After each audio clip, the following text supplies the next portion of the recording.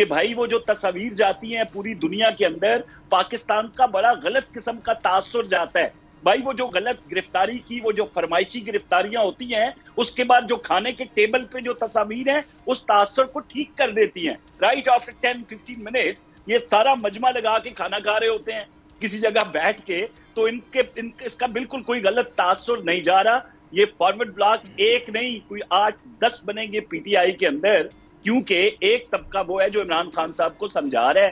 اگر آپ سیاست نہیں آتی تھی تو اپنے ان سیاسی حریفوں سے سیکھ لیتے، کیونکہ مسائب، مشکلیں، پریشانیاں جو ہیں وہ آپ پہ نہیں آئیں. آپ سے پہلے بھی سیاستدانوں پہ آئیں، لیکن انہوں نے ریاست کے خلاف کوئی مہم سازی نہیں کی. ترسیلات زر ہوں، سول نافرمانی ہو، لابیسٹ فرم ہوں، یا دیگر جو پاکستان مخالف قوتیں ہیں ان کو استعمال نہیں کیا. تو یہ چیز اگر آپ سیکھ لیتے تو آپ کے مصائب میں خاطر خواہ کمی آ سکتی تھی. آپ نے ریاست کے ساتھ ٹکرانا پسند کیا، ریاست کو جو ہے بالکل آپ نے کوئی اہمیت نہیں دی اور اپنی سیاست کو چمکانے کی کوشش کرتے رہے.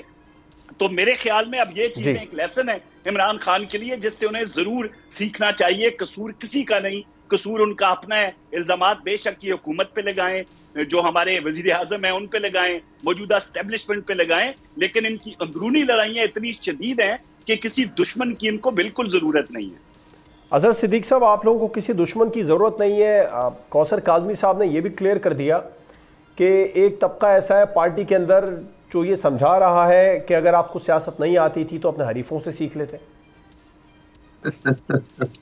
آپ کو شاید پتہ نہیں، یہ جس سیاست کی بات کر رہے ہیں وہ کمپرومائز کی سیاست ہے.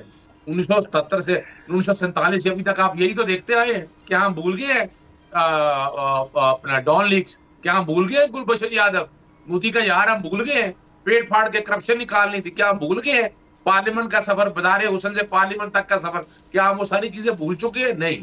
یادداشت اتنی کمزور نہیں. یہی فرق ہے، یہی تو ایک فرق ہے کہ یعنی یہ جو باتیں ہو رہی ہیں یہ ہو رہی ہیں بہادر شاہ ظفر سٹائل کی، کہ جناب کہ وہ ظالم سیاستدان اپنے مقاصد پورے کرنے کے لیے اپنی اولاد کو بھی داؤ پہ لگا دیتا ہے. عمران خان ایک ٹرو اور سچا اور کھڑا سیاستدان ہے. اس نے یہ کمپرومائز کی سیاست نہیں کی. لیکن اظہر صاحب کمپرومائز تو کر رہے ہیں نا. دیکھیں جن کے خلاف آپ 20 سال تک جس پارٹی کے خلاف آپ کی جلسوں میں نعرے لگتے تھے، آج اس کے بغیر آپ لوگ چل نہیں پا رہے. بات اگر آپ ڈان لیکس کی یا پھر میمو گیٹ کی کرتے ہیں تو پھر آئی ایم ایف کو خطوط تو پاکستان تحریک انصاف نے بھی لکھے ہیں. دیکھیے نا یہی فرق ہے، یہی فرق ہے. ہم نے اگر کوئی خط لکھا کسی عدالت نے کہا آج تک میمو گیٹ میں تو عدالتی فیصلہ موجود ہے، کس نے کہہ دیا آپ کو؟ یہی تو فرق ہے. ہم نے خط کیا لکھا ہے؟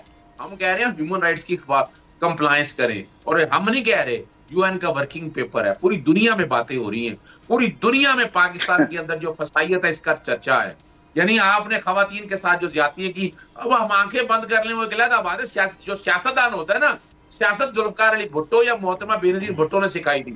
نواز شریف کو تو کبھی سیاست کا لفظ ہی نہیں پتا آتے، اس کو تو پتہ ہی نہیں ہے. وہ تو اپنی ذاتیات کی سیاست کرتا ہے. کہاں صدیق صاحب، کہاں آپ کہہ رہے ہیں پوری دنیا میں اس کا چرچا ہے؟ کہاں چرچا ہے؟ ابھی پچھلے دنوں وزیر اعظم صاحب سے بھی، اسپیکر قومی اسمبلی سے بھی ملاقات کی تھی امریکی وفد نے، وہ کسی قسم کی کوئی ڈسکشن نہیں ہوئی اس پہ. نہیں دیکھیے وہ تو اسپیکر قومی اسمبلی نے بتایا نا.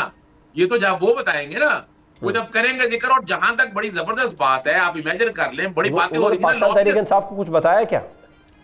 دیکھیں بڑی باتیں ہوتی تھی نا لابیس کی، کہ ہم نے اندازہ لگائے ہیں کہ پاکستان تحریک انصاف نے پوری امریکی اپنا پارلیمنٹ کا شکل بدل دی. قرارداد تو انہوں نے بدلی تھی. اگر ایسی بات تھی تو پھر آ کر حکمرانوں سے ملنے کی کیا ضرورت تھی؟ اس کا مطلب کیا ہے کہ کمپرومائز کر رہے ہیں. یہ انٹرنیشنل ایجنڈا ہے پاکستان کے ساتھ. اب فرق صرف اتنا ہے کہ عمران خان نے 4-5 ایسے معاملے اٹھائے ہیں جس کی وجہ سے بھگت رہا ہے. انٹرنیشنل اسٹیبلشمنٹ ساتھ ملی ہوئی ہے، لوکل آپ کو پتہ ہے ہماری اپنی کیا اوقات ہے پاکستان کے حوالے سے. وہ قرضوں کے بغیر، باقی چیزوں کے بغیر تو آپ چل نہیں سکتے. دیکھیں اس ملک کو یہ بڑی مشکل سے، بڑی محنت سے نظریہ پاکستان کے حوالے سے ہم نے ملک حاصل کیا ہے، اور ہمیں اسی پہ چلنا ہے. اور ہم نے جو ہمارا دین نے اصول بتایا نا، ہم تو جناب دشمنوں میں. اظہر صاحب پی ٹی آئی میں فارورڈ بلاک کتنے بن رہے ہیں؟ بس مختصر مجھے یہ بتائیں پھر آگے بڑھتے ہیں. میں بات بتاؤں آپ کو، فارورڈ بلاک بن رہا ہوتا تو کون بنا رہا ہے یہ بتائیں نا. ہم اگر آج نہیں ماننا چاہتے، اگر پاکستان ٹھیک ہے، آپ کہہ رہے ہیں کوئی فارورڈ بلاک نہیں بن رہا. حماد صاحب آپ کا تجزیہ کیا کہتا ہے؟ کاظمی صاحب تو کہہ رہے ہیں کہ ایک نہیں 8-10 فارورڈ بلاک بنیں گے، کوئی ایک بھی بنے گا آپ کو لگتا ہے؟ حماد صاحب. کوثر کاظمی صاحب کہتے ہیں کہ 10 فارورڈ بلاک بنیں گے. بہت افسوس ہے کہ اظہر صدیق صاحب ان اقدامات کو ڈیفینڈ کر رہے ہیں جو غیر جمہوری رہے پی ٹی آئی کے دور میں. جب یہ سیاست ہوگی تو پھر ہم آگے کیسے بڑھیں گے؟ پھر ہم ایک مضبوط جمہوری قوت کیسے بنیں گے؟ پھر آئین کی سپرمیسی کہاں سے آئے گی؟ پھر باری باری یہی ہوتا رہے گا جو ہو رہا ہے. ایک بار نواز شریف اور اس کے خاندان پر آفت ٹوٹے گی اور دوسری بار عمران خان کے ساتھ ہوتا رہے گا جو اب ہو رہا ہے. دیکھیں ہم سارا دن مختلف شوز میں اکٹھے بیٹھتے ہیں. کوثر کاظمی صاحب اور اظہر صدیق صاحب دونوں دوست ہیں ہمارے, دونوں جہان دیدہ لوگ ہیں, سیاست کو سمجھتے بھی ہیں. دیکھیں آگے بڑھے, چھوڑ دے یہ ہر غیر جمہوری ہر نامناسب عمل کو ڈیفینڈ کرنا, اس کو چھوڑ دے, آپ آگے بڑھے. بہت ہو گیا یہ تو ہم 1947 میں اسی میں لگے ہوئے ہیں. فاطمہ جناح کے مقابل کنونشن مسلم لیگ بنائی جاتی ہے اور چودھری خلیق الزمان کو اتارا جاتا ہے. بھٹو کے مقابلے میں قومی اتحاد کی پیٹ تھپ تھپائی جاتی ہے اور پھر ساری ایم آر ڈی والے جیل میں پڑے رہتے ہیں. پھر اے آر ڈی بھی مڑی کرتے ہیں جمہوری اور سیاسی قوتوں کے ساتھ. تو دیکھیں وقت کے ساتھ ساتھ المیہ یہ ہے کہ ہمارے سیاستدانوں نے نہ سیکھا نہ اپنے رویے کو تبدیل کیا. ایک اور بات کہ فارورڈ بلاک کی بات, اسپیکر کو یہ اختیار کس نے دیا کہ وہ ایک سیاسی جماعت کے بارے میں کہیں کہ میرے خلاف عدم اعتماد کی تحریک آئے گی تو پی ٹی آئی بھی ٹوٹ جائے گی؟ اور بھائی آپ کے پاس یہ اختیار کہاں سے ہے کہ پی ٹی آئی ٹوٹ جائے گی؟ آپ تو کسٹوڈین آف دا ہاؤس ہیں, آپ تو ہاؤس کو سنبھالیں, آپ تو سب کے اسپیکر ہیں, خواہ اس کا تعلق پی ٹی آئی سے, اس کا تعلق مسلم لیگ سے, کسی بھی جماعت سے. آپ جمہوری اقدامات کو فروغ دیں, آپ آئین کی سپرمیسی کے لیے آگے بڑھے. آپ یہ بات کر رہے ہیں ہمیں کہ فلاں پارٹی ٹوٹ جائے گی کیونکہ میرے خلاف عدم اعتماد کی تحریک آئے گی. اگر پارٹی ٹوٹ رہی ہے یا پارٹی میں کوئی توڑ پھوڑ ہو رہی ہے تو وہ جانے اور ان کا کام جانے, آپ کا یہ کام تو نہیں ہے. اور نہ کوثر کاظمی صاحب کا یہ کام ہے کہ وہ میڈیا پر کہے کہ اتنے فارورڈ بلاک بنیں گے. بھائی فارورڈ بلاک اگر بن رہا ہے تو پھر آپ یہ سوچ لیں کہ آپ اب بھی 1988 میں کھڑے ہیں, پھر آپ سوچ لیں کہ آج آپ اب بھی 1993 میں کھڑے ہیں. آپ ایک انچ بھی آگے نہیں بڑھے ہیں اور پھر کل یہ آپ کے ساتھ دوبارہ ہونا ہے خدا نخواستہ. دیکھیں بہت افسوس ہوتا ہے کہ سیاسی لوگ اپنی جماعت کو ہر حالت میں خواہ ان کا کوئی رویہ, کوئی فعل, کوئی حرکت انتہائی غیر جمہوری ہی کیوں نہ ہو, اس کو ڈیفینڈ کریں گے. کیوں ڈیفینڈ کرے بھئی؟ اختلاف تو ایک محترم ترین شے ہے, اختلاف بھی کرنا چاہیے. بھئی آپ اپنے آپ کو مضبوط بنائیں, آگے بڑھے, سیاسی عمل کو مضبوط بنائیں, سیاسی عمل کو مضبوط بنائیں, آگے بڑھیں. کاظمی صاحب, پاکستان پیپلز پارٹی بھی آپ لوگوں سے ناراض ہے, آپ لوگ اس کو منانے کی کوشش کریں گے؟ حکومت افورڈ کر سکتی ہے پی پی کی ناراضگی؟ سب سے پہلے تو آپ نے ایک ابھی بڑی اہم چیز دوبارہ سنی کہ وہ سائفر سے ہوتا ہوا معاملہ باجوہ تک واپس آ کے اب پھر انٹرنیشنل اسٹیبلشمنٹ کی طرف موڑ دیا گیا. میرے خیال میں اب تحریک انصاف اس کی مکمل نہیں ہو سکتی کہ وہ دوبارہ عالمی طاقتوں پر جھوٹے بہتان لگائے جس طرح پہلے امریکہ کو مخاطب کر کے لگایا جاتا رہا. تو بھائی یہ ایک آئینی ایک طریقہ تھا جس کا ہم نے استعمال کیا, جو ہم بار بار آپ کو بھی کہتے ہیں کہ آپ بھی آئیں, بجائے سڑکوں پہ پرتشدد احتجاج کرنے کے لے آئے, نو کانفیڈنس موو کریں, پھر پتہ چل جائے گا کہ کیا معاملات ہوتے ہیں اور کس طرح چیزیں چلی جاتی ہیں. دوسرا, میرے بھائی نے کہا کہ ہم غیر جمہوری باتیں کرتے ہیں. نہیں عماد بھائی, ایسا نہیں ہے. جو بلاک بننے کی جو خبر ہم دے رہے ہیں وہ اس بنیاد پہ ہے کہ پی ٹی آئی کے اندر محب وطن لوگوں کے طبقات موجود ہیں. ایسے لوگ ہیں جو خان صاحب کو بار بار منع کرتے تھے. یہ محب وطن کس طرح کے لوگ ہیں کاظمی صاحب؟ حکومت سے رابطے میں بھی ہیں. عائشہ گلالئی صاحبہ جب سامنے آئی تھی تو حکومت سے رابطے میں تھیں. ایک منٹ سن لیجیے. پھر جب ایک کتاب لکھنے کی باتیں ہو رہی تھی, ریحام خان صاحبہ نے لکھی تھی تو حنیف عباسی نے پہلے بتا دیا تھا, اب آپ بھی بتا رہے ہیں, کچھ بتا دیجئے اس کو لیڈ کون کرے گا تو فارورڈ بلاک بنے گا؟ کچھ اطلاع تو ہوں گی آپ کے پاس؟ نہیں, ابھی جو بڑا زبردست قسم کا اور قابل قبول اعتراض اٹھایا نا حماد بھائی نے, مجھے یہ بالکل بہت اچھی باتیں کی ہیں انہوں نے, اور قابل تقلید باتیں ہونی چاہیے تمام سیاستدانوں کے لیے. لیکن جو میں بات کر رہا ہوں وہ یہ ہے بھائی کہ جو لوگ یہ چاہتے ہیں کہ خان صاحب کو واپس رائٹ ٹریک پہ ڈالا جائے، وہ جو ریاست مخالف رویہ ہے اس سے ان کو کسی طریقے سے ان کی ذہن سازی کی جائے. بھائی یہ ترسیلات زر، یہ سول نافرمانی، یہ لبی اسلام، یہ ریاست مخالف ایجنڈا، یہ کبھی بی ایل اے کی ترجمانی، کبھی ٹی ٹی پی کی ترجمانی، یہ چیزیں آپ کی سیاست کو نقصان دیں گی. اب خان صاحب ان کی بات مان نہیں رہے، کیونکہ خان صاحب ایک ہی طرف سے ان کو ہدایات آتی ہیں جو ان کی اہلیہ ہے. بالکل اگر ان کی محبتیں ہیں تو رہیں، ہونی چاہیے میاں بیوی کے درمیان انڈرسٹینڈنگ، لیکن ایشو یہ ہے کہ سیاسی بصیرت جو ہے وہ بہت ضروری ہوتی ہے. اب وہ جو طبقات ہیں جن کی خان صاحب بات نہیں سن رہے، اگر وہ مختلف گروپوں میں تقسیم ہوتے ہیں تو جمہوریت تو یہی ہے. اگر آپ کو مخالفت، کوئی اعتراض ہے، کوئی اختلاف ہے اپنے لیڈر سے جو آپ کی بات نہیں سن رہا، تو پھر دوسرا آپشن کیا ہوگا؟ تو اس کی تو میرے خیال میں تائید کرنی چاہیے. جو لوگ اچھے طریقے سے اپنا رستہ الگ کرنا چاہتے ہیں ان کو ضرور کرنا چاہیے. ابھی آپ نے یہ رستہ الگ کرنے والے، میرا متعدد بار آپ سے ایک ہی سوال ہے کاظمی صاحب، یہ رستہ الگ کرنے والے حکومت سے کتنا رابطے میں؟ پنجاب کے کتنے لوگ ہیں؟ آپ پنجاب میں ہیں، آپ بتائیں پنجاب کے کتنے لوگ ہیں؟ چلیں دیکھیں، رابطے کبھی نہیں ٹوٹتے نا. تمام جماعتوں کے لوگ جب ایک جگہ بیٹھتے ہیں، ایک پارلیمان کی چھت تلے ہوتے ہیں، تو ایک دوسرے سے روابط ہوتے ہیں. ابھی جس طریقے سے ایاز صادق صاحب کے حوالے سے بات کی گئی تو انہوں نے بھی اسی پیرائے میں بات کی کہ لوگ آ کے جب اسپیکر سے ملتے ہیں، ان کا چیمبر ہر فرد کے لیے، ہر پارٹی کے بندے کے لیے کھلا ہوتا ہے. وہاں پہ جو لوگوں سے باتیں سنتے ہیں، یہ قاضی صاحب آپ بھی ترجمان ہیں پنجاب حکومت کے، آپ تک خبریں یقینی طور پر ہوں گی. آپ یہ بتا دیجیے کہ جو پنجاب میں اگر کوئی گروپ بن رہا ہے تو اس کو کون لیڈ کر رہا ہے؟ دیکھیں، ابھی یہ بڑا قبل از وقت ہے نا جواد، کیوں بار بار آپ میرے منہ سے نام نکلوا کے سارے معاملے کو سبوٹاج کروانا چاہتے ہیں؟ یہ میں بالکل نام نہیں لوں گا، آپ جتنی بار مرضی یہ پوچھیں گے. لیکن یہ بہت بڑا سرپرائز ہے، خصوصاً ان لوگوں کے لیے جو ایک عرصہ نون شین میم نکالتے رہے ہیں. یہ مقافات عمل بھی ہوتا ہے حماد بھائی، ہمارے منہ سے نکلی باتیں ہیں، ذرا ان سے ہٹ کے مقافات عمل کو بھی سوچیں. جو جس نے بویا کاٹنا تو پڑے گا. مصائب کی بات جہاں تک میں بار بار کرتا ہوں، مصائب کس پہ نہیں آئے؟ کس پارٹی کی قیادت پہ نہیں آئے؟ لیکن کیا انہوں نے اس طرح پاکستان مخالفت میں اپنی سیاست کو ترجیح دی؟ کبھی نہیں دی. ریاست کے اوپر، ملک کے اوپر اپنی سیاست کو نہیں لے کے گئے. حوث سے اقتدار میں مبتلا ہو کے ملک کے حوالے سے جو ان کے بیانیے تھے، اس قدر شدت نہیں تھی ان میں جو عمران خان کے بیانیے میں ہے. یہی ان کے لوگ ان کو سمجھا رہے ہیں، اکثریت وہ مان نہیں رہے. تو پھر تو وہی ہوگا جو میں کہہ رہا ہوں. ٹھیک ہے، بالکل ٹھیک ہے. اظہر صدیق صاحب، آپ کیا سمجھتے ہیں؟ پاکستان پیپلز پارٹی بھی حکومت سے ناراض ہے اور پی پی کے متعدد رہنماؤں نے اس بات کا عندیہ دے دیا ہے کہ پاکستان تحریک انصاف اگر ان ہاؤس کوئی تبدیلی چاہتی ہے تو اس کے لیے آگے بڑھے. یقینی طور پر پاکستان پیپلز پارٹی کی کچھ نہ کچھ سپورٹ مل جائے گی. تو آپ لوگ انتظار کس بات کا کر رہے ہیں؟ اس صورتحال کا فائدہ اٹھا سکتے ہیں؟ اچھا دیکھیں، جب تک فیویکول ہے نا، جب تک اسٹیبلشمنٹ ہے، دیکھیں بات ایک لڑائی ہماری ان لوگوں کے ساتھ نہیں ہے. وجہ یہ ہے کہ ہم نے تو غلطیاں کی، ہم تو کہہ رہے ہیں کہ ہم نے غلطیاں کی. میں حماد حسن صاحب نے بہت خوبصورت باتیں کی، ایک بہت پڑھی لکھی اور اچھے پیرائے میں باتیں کی. ہم غلطی مانتے ہیں، ہم نے جنرل باجوہ کا غلط ساتھ دیا، ہم مانتے ہیں اس بات کو.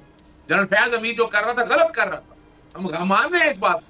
غلطی اظہر صاحب، یہ اچھی بات ہے کہ آپ غلطی کو تسلیم کر رہے ہیں. اس غلطی پر ایک تو یہ کہ جیسے کاظمی صاحب یا پاکستان مسلم لیگ نون کے لوگ کہتے ہیں کہ آپ لوگ معافی مانگیں، معافی بھی مانگیں گے، 2 مئی کی غلطی کو تسلیم کریں گے. اور کیا ابھی تک اسی ٹریک پر ہیں، غلطیاں کیے چلے جا رہے ہیں؟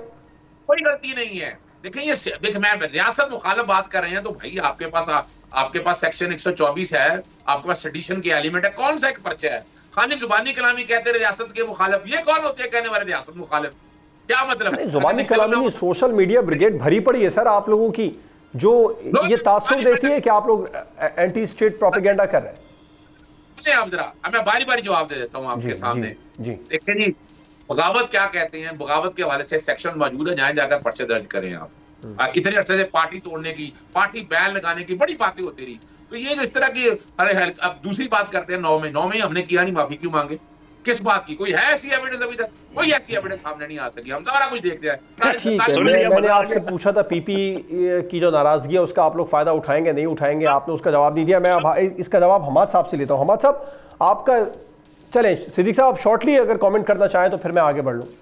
دیکھیں، یہ ناراضگی اگر ہے بھی تو کیا پیپلز پارٹی کو یہ اختیار ہے کہ وہ ناراضگی کی بنیاد پر حکومت سے الگ ہو جائے؟ یہ جو میں بات کر رہا ہوں کہ آپ پہلے جمہوری طور پر اپنے آپ کو مضبوط بنائے، تو یہی کہہ رہے ہیں نا کہ کل اگر پیپلز پارٹی چاہے ان کو آئینی حوالے سے، قانونی حوالے سے، پالیسی کے حوالے سے کئی بھی اختلاف ہو تو وہ بے شک علیحدہ ہو جائے حکومت سے، اپوزیشن بینچوں پہ جا کے بیٹھے، کسی اور کے ساتھ اگر مخلوط حکومت بنا سکتی ہو تو بنا لے، لیکن المیہ یہ ہے کہ یہ اختیار پیپلز پارٹی کو حاصل بھی نہیں ہے، حتیٰ کہ یہ کسی کو بھی حاصل نہیں ہے، نہ حکومتی جماعت کو حاصل ہے نہ پی ٹی آئی کو حاصل ہے۔ پی ٹی آئی کو بھی اس صورت میں حاصل نہیں ہے کہ ابھی مائنز اینڈ منرلز بل آیا ہے تو اس کو تو اسی پی ٹی آئی کی کابینہ نے فوری طور پر اپروو کر دیا ہے اور وہ اسمبلی میں جا رہا ہے وہ بل، تو کہاں پر پی ٹی آئی کی مخالفت ہے؟ تو ہم کیوں تسلیم نہیں کر رہے ہیں کہ ہم کوئی جمہوری ملک نہیں ہے، ہم جمہوریت کی طرف نہیں بڑھے؟ یہ جو میں کہہ رہا ہوں کہ بھائی آپ یہ ہر غیر جمہوری عمل کو ڈیفینڈ کرنا چھوڑ دے، آگے بڑھے، سیاسی عمل کو آگے بڑھائے، جمہوری عمل کو آگے بڑھائے۔ ایک تازہ ترین شہادت، کل سندھ کے عمرکوٹ حلقے میں الیکشن ہوا ہے، کیا وہاں پر مسلم لیگ اور پی ٹی آئی کا اتحاد نہیں تھا پیپلز پارٹی کے خلاف؟ تو دیکھیں یہ ہونا چاہیے، ٹھیک ہے جمہوری عمل ہے، ہونا چاہیے، لیکن ساتھ ساتھ جمہوری عمل کو مضبوط بھی بنائے، یہی کہہ رہے ہیں۔ بالکل ٹھیک ہے، جمہوری عمل کو مضبوط بھی بنانا چاہیے۔ حماد حسن صاحب ہمارے ساتھ شو میں موجود ہیں اور کوثر کاظمی صاحب، اظہر صدیق صاحب ہمارے ساتھ شو میں موجود تھے، آپ دونوں کا بہت شکریہ۔ بریک پہ جائیں گے اور بریک کے بعد ہم بات کریں گے طالبان نے امریکی فوج کے 5 لاکھ ہتھیار دہشت گردوں کو بیچ دیے ہیں، خطہ کس حد تک خطرناک پوزیشن پر ہے؟ بریک کے بعد اس پر بات ہوگی اور ظاہر شاہ شیرازی صاحب بھی ہمیں جوائن کریں گے۔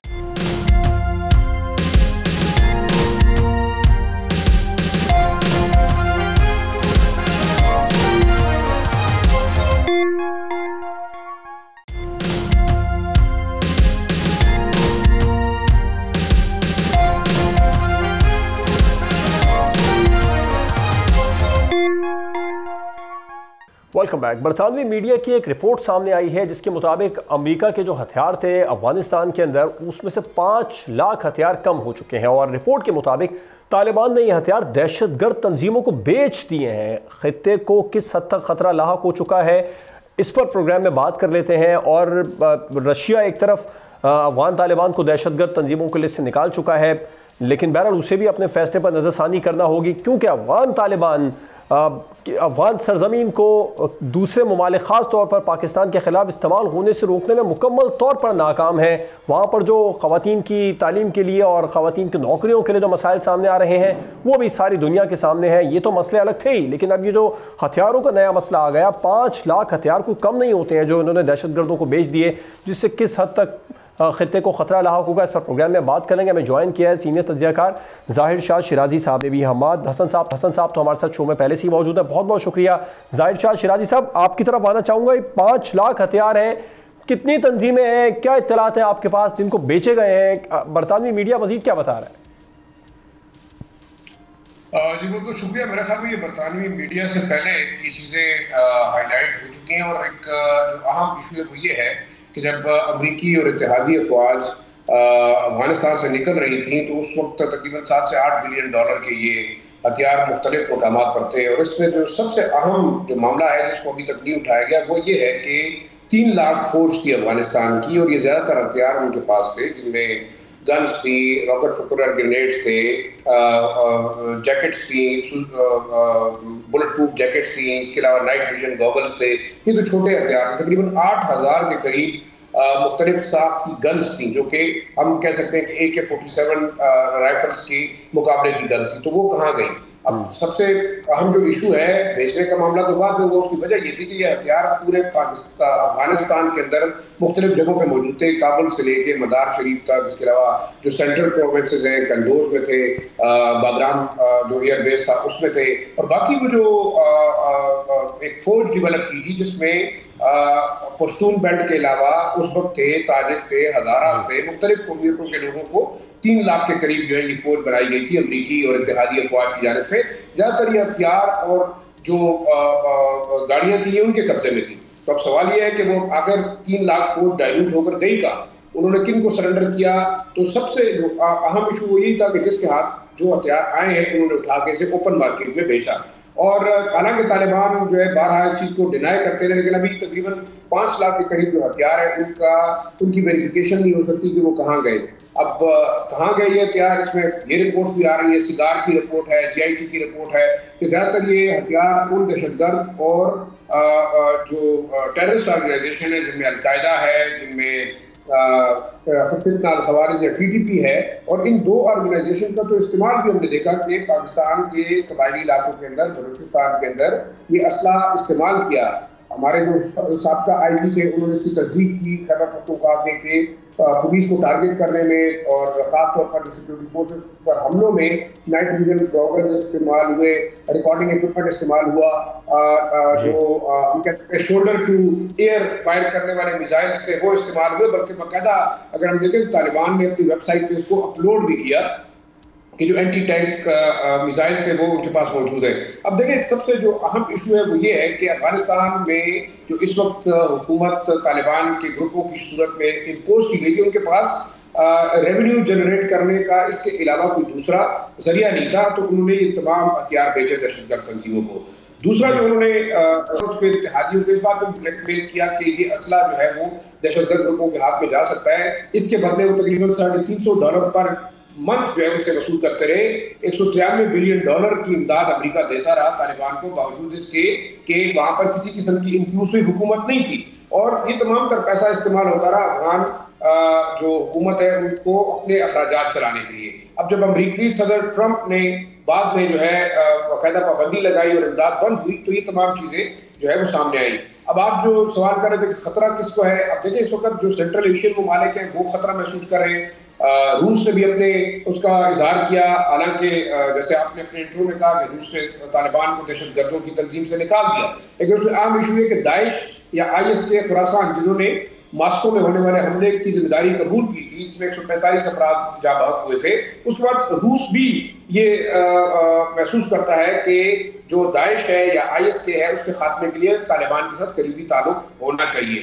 ساتھ ساتھ ایران خطرات محسوس کر رہا ہے، اور میں آپ کو بڑی خبر بھی دیتا چلوں کہ اس وقت بھی ایران میں جو ہے وہ اہم طالبان کمانڈر جن میں اسماعیل خان اور ساتھ ساتھ رسول فیاض اور احمد شاہ مسعود کے بیٹے محمد مسعود وہ موجود ہیں، اور وہ اپنی طرف سے جو ہے کنسرن کا اظہار کر رہے ہیں کہ طالبان کی حکومت ہے ان کی وجہ سے، اور جو یہاں پہ نیٹو کا اسلحہ ہے اس کی وجہ سے تمام خطے کے جو ممالک ہیں بشمول پاکستان ان کو بہت بڑے خطرات لاحق ہیں، اور اگر اس اسلحے کا بندوبست نہیں ہوتا تو یہ دہشت گرد تنظیمیں باقی اسلحے کے اوپر بھی جو ہے وہ قابض ہو سکتی ہیں یا ان کو بیچا جا سکتا ہے۔ ٹھیک ہے، آپ کا پوائنٹ ہے ظاہر صاحب، اگر کنٹرول نہیں ہوگا تو باقی اسلحے پر بھی قابض ہو سکتے ہیں۔ حماد صاحب آپ کیا سمجھتے ہیں، آپ کے پاس کچھ اطلاعات ہیں یہ جو ہتھیار ہیں یہ اسمگل کیے گئے ہیں یا بیچے گئے؟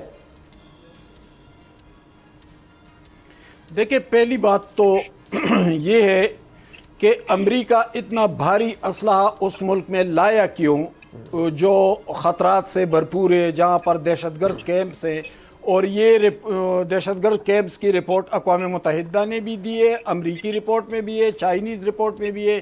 اتنا بڑا اسلحہ وہ $7.5 ارب کا اسلحہ تھا، اور یعنی پاکستان کے دفاعی بجٹ سے بھی بہت زیادہ، اور پھر وہ اس نے اس اسلحے کو اس ملک میں چھوڑا جہاں قدم قدم پر وار لارڈز ہیں، جہاں پر دہشت گرد تنظیمیں ہیں، جہاں پر طالبان ہے، القاعدہ ہے، بہت ساری تنظیمیں ہیں، ہمارا بارڈر بھی محفوظ نہیں۔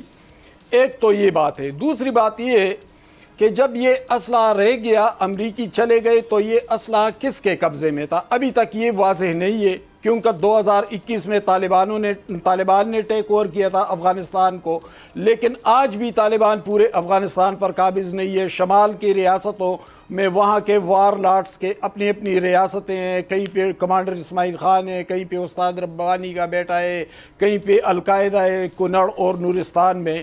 اور یہ اسلحہ جو تھا پچھلے سال دوحہ میں جب طالبان نے اقوام متحدہ کی کمیٹی کے سامنے یہ اعتراف کیا تھا کہ 5 لاکھ سے زائد اسلحہ گم ہے، وہ موجود ہی نہیں ہے، تو پھر وہ کہاں پر گم ہوا تھا؟ ظاہر ہے اس کو کچھ اسلحے کو وار لارڈز نے اپنے قبضے میں لیا، کچھ اسلحے کو دہشت گردوں نے قبضے میں لیا، کوئی اسلحہ بیچا گیا، اور اس کا رد عمل یہ آیا کہ ہمارے علاقوں میں پورے پختون بیلٹ میں اور بلوچستان میں دہشت گرد کارروائیاں بھی بڑھی اور جرائم میں بھی بہت اضافہ ہوا۔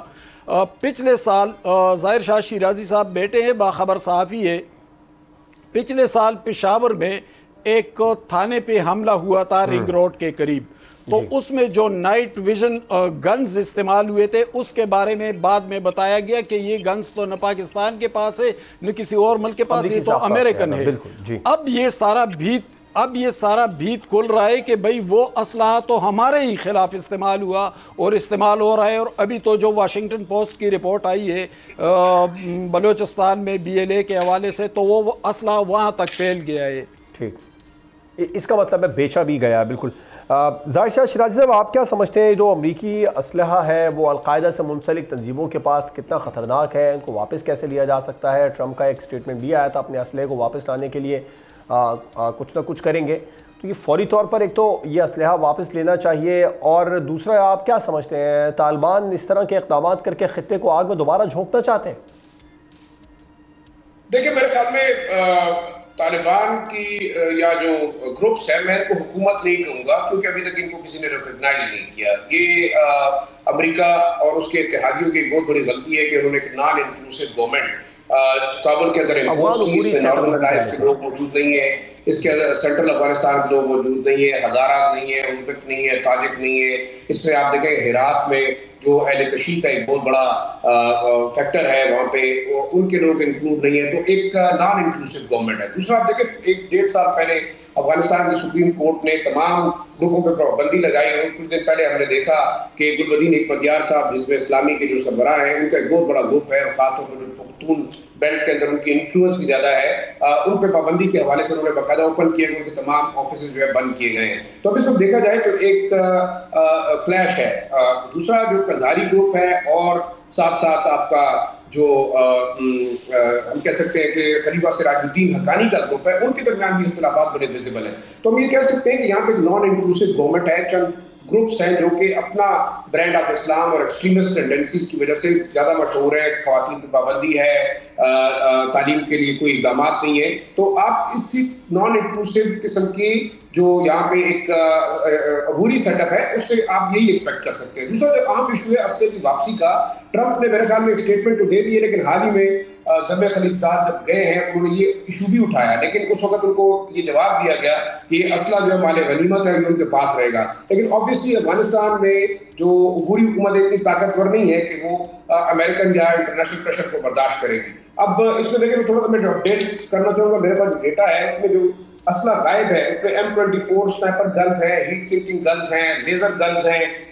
M164 ایک گن ہے، M249 گن ہے، ایک AMD 65 رائفل۔ یہ وہ اسلحہ ہے جو کہ آپ سمجھتے ہیں کہ میرین فوجی استعمال کرتے رہے، اور جب افغان فوجیوں کو ٹرین کیا گیا یہ انڈیویجولی ان لوگوں کے حوالے کیے گئے۔ اب 3 لاکھ فوج ڈائلوٹ ہوئی ہے، وہ کہاں چلی گئی؟ ایک تو آپ یہ کاؤنٹ کر لیں کہ وہ چھوٹا اسلحہ مارکیٹ میں بکتا رہا ہے، اور ایون آپ قبائلی حماس بھی میرے خیال میں اویئر ہیں، ہمارے بڑے اچھے دوست ساتھی بھی ہیں، اور آپ کو ٹرائبل بیلٹ کے اندر bulletproof jackets on sale مل رہی ہے $3,000 سے $4,000۔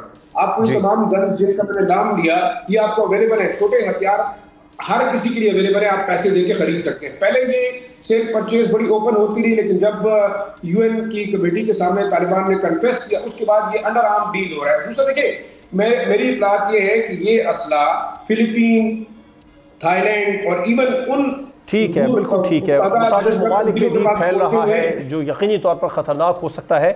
حماد صاحب، اب اس معاملے پر وزیر خارجہ کا بھی آئندہ ہفتے دورہ افغانستان ہے، اس میں آپ کیا سمجھتے ہیں اس معاملے پر کوئی پیش رفت ہوگی؟ اور دوسرا یہ کہ کن امور پر بات کرنی چاہیے، ایجنڈا کیا ہونا چاہیے وزیر خارجہ کا؟ وزیر اعظم تو بالکل کلیئر کر چکے ہیں افغان عبوری سیٹ اپ کو کہ اپنی سرزمین کو روکیں، پاکستان میں دہشت گردی ہو رہی ہے، متعدد بار متنبع کیا جا چکا ہے۔ اب وزیر خارجہ نائب وزیر اعظم دورہ کریں گے۔ دیکھیں اس میں تو کوئی شبہ نہیں ہے کہ افغانستان کے اندر دہشت گرد کیمپس موجود تھے، اور وہ دہشت گرد بارڈر کراس کر کے پاکستان میں کارروائیاں کرتے رہے۔ پاکستان اس مصیبت میں پھنسا رہا ایک طویل عرصے سے، اور یہ پاکستان نہیں کہہ رہا ہے، یہ تو اقوام متحدہ کی رپورٹ میں ہے کہ وہاں پر دہشت گرد کیمپس ہے۔ بعد میں یہ بھی کھلا کہ BLA کے بھی ان سے رابطے ہیں، اور وہاں سے بھی BLA کو شاید اسلحہ فراہم کیا جا رہا ہے یا کوئی افرادی قوت فراہم کی جاتی رہی۔ یہ تمام چیزیں تو تھی. پھر طالبان حکومت بھی اس پر کنٹرول نہ پا سکی, پاکستان کو ایئر سٹرائک کرنے پڑے. ظاہر ہے یہ معاملات تو ہمارے سامنے ہیں, لیکن ایک بات قابل اطمینان ہے کہ جو تیزی کے ساتھ ڈائنامکس تبدیل ہو رہے ہیں پورے خطے میں, خصوصاً افغانستان میں, طالبان مذاکرات کے ٹیبل پر بھی آ رہے ہیں, امریکہ کے ساتھ بھی ان کی کوارڈینیشن بڑھی ہے. زلمے خلیلزاد نے بھی دورہ کیا, پاکستانی وفد 2 ہفتے کے اندر 2 مرتبہ صادق خان صاحب کی قیادت میں افغانستان گیا. کل نور الدین عزیزی جو ان کے وزیر تجارت ہے, ان کے آنے کا امکان تھا پاکستان. اب میرے پاس یہ خبر نہیں ہے کہ وہ آ گئی یا نہیں, شاید شیرازی صاحب کو معلوم ہو. لیکن اس کے ساتھ پیرالل ایک اور معاملہ چلنے لگا ہے, اور وہ یہ ہے کہ طالبان پاکستان کے ساتھ ایک پیج پر آتے جا رہے ہیں.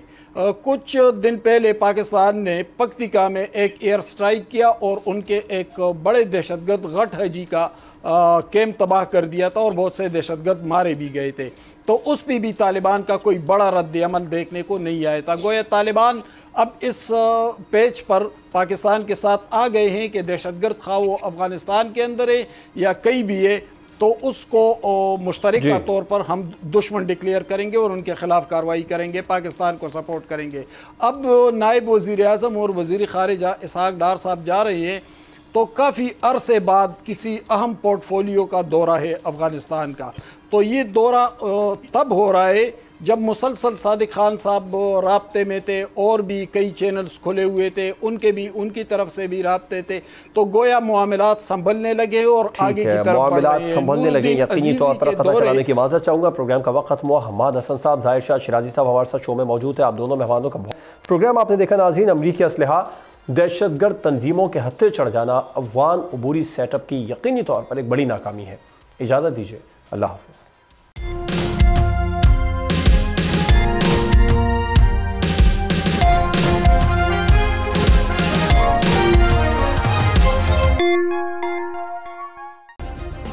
سبسکرائب کریں اور بیل دبائیں تاکہ کوئی خبر رہ نہ جائے.